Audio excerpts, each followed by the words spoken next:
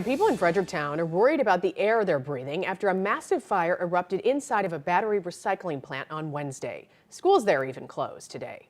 Critical Mineral Recovery is located right outside of the town. Our Megan Kernan talked with concerned neighbors as the cleanup continues.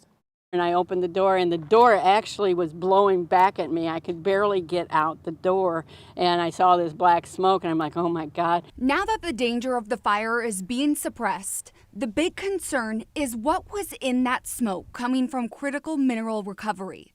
It's caused schools to close and people to take extra precautions.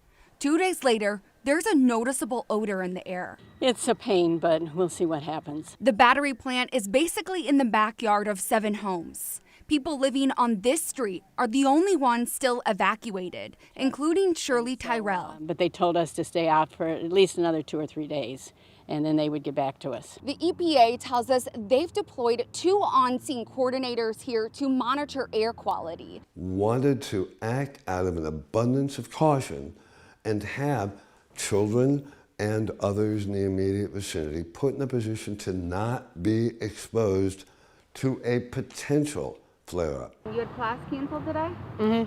What was your thought about it?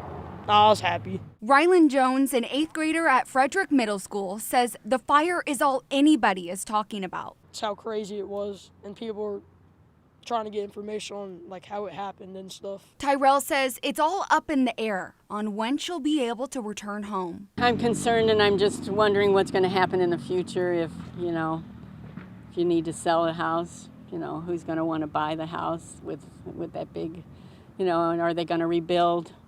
I don't know. In Fredericktown, Megan Kernan, 5 on your side.